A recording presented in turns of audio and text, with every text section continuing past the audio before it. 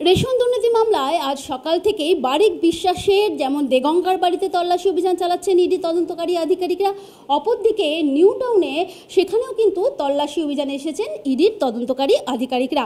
আমি যেখানে দাঁড়িয়ে আছি তার ঠিক ওপরেই অপর একটি ফ্ল্যাট রয়েছে, যেই ফ্ল্যাটে থাকেন বারিক বিশ্বাস এবং তার পরিবার।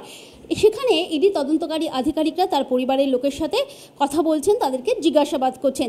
তার ঠিক নিচের তলাতে এই যে ফ্ল্যাটটিতে আমি রয়েছি, এটি একটি আভিজাত্যপূর্ণ ফ্ল্যাট। বারিক বিশ্বাস এই ফ্ল্যাটটি তার পরিচারকদের জন্য এবং ড্রাইভারদের জন্য কিনেছেন। এখানে তার সাথে যারা থাকেন, অর্থাৎ বাড়ির কাজকর্ম যারা করেন এবং ড্রাইভার যারা রয়েছেন, তাদের জন্যই এই ফ্ল্যাটটি রয়েছে। এই ফ্ল্যাটটি দুটি কামরার একটি ফ্ল্যাট, বোঝাই যাচ্ছে একেবারেই আভিজাত্যপূর্ণ একটি ফ্ল্যাট। দুটো বেডরুম রয়েছে, যেখানে এই মুহূর্তে তার বাড়ি দেখাশোনা করার জন্য যে সমস্ত লোকজন তারা এখানে রয়েছেন। অপরদিকে ড্রাইভাররা, নিরাপত্তারক্ষী তারা এখানে থাকেন। আভিজাত্যপূর্ণ একটি ফ্ল্যাট, যেখানে অপর ফ্ল্যাটে অর্থাৎ ওপর তলাতে থাকেন বারিক বিশ্বাস নিজে এবং নিচের তলাতে পরিচারক যারা, তাদের জন্য ফ্ল্যাট কেনা হয়েছে।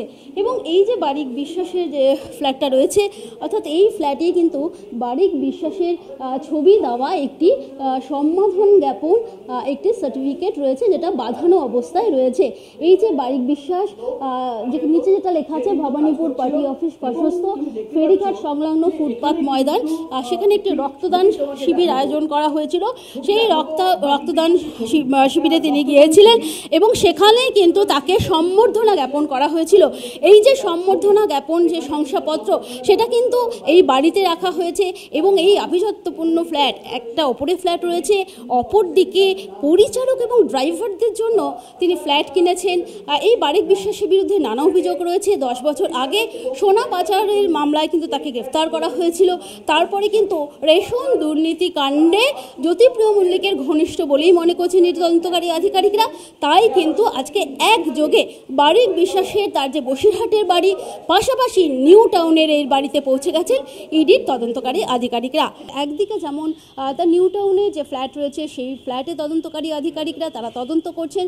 পাশাপাশি এই গ্যারেজে সেখানে দুটো গাড়ি, দামি গাড়ি রাখা হয়ে রয়েছে বারিক বিশ্বাসের, সেই গাড়ির দুটোকেও কিন্তু খতিয়ে দেখছে। তো গাড়ির ভেতরে যে সমস্ত কাগজপত্র রয়েছে এবং বারিক বিশ্বাসের যারা কাজের লোক রয়েছে, যারা ড্রাইভার রয়েছে, তাদের সাথেও কিন্তু ইডি তদন্তকারী আধিকারিক তিনি কথা বলছেন এবং কথা বলে কিন্তু তিনি গাড়ির ভেতরটাও কিন্তু তিনি দেখছেন, যে সমস্ত কাগজপত্র রয়েছে, গাড়ি যাবতীয় কাগজপত্রও কিন্তু খতিয়ে দেখা হচ্ছে।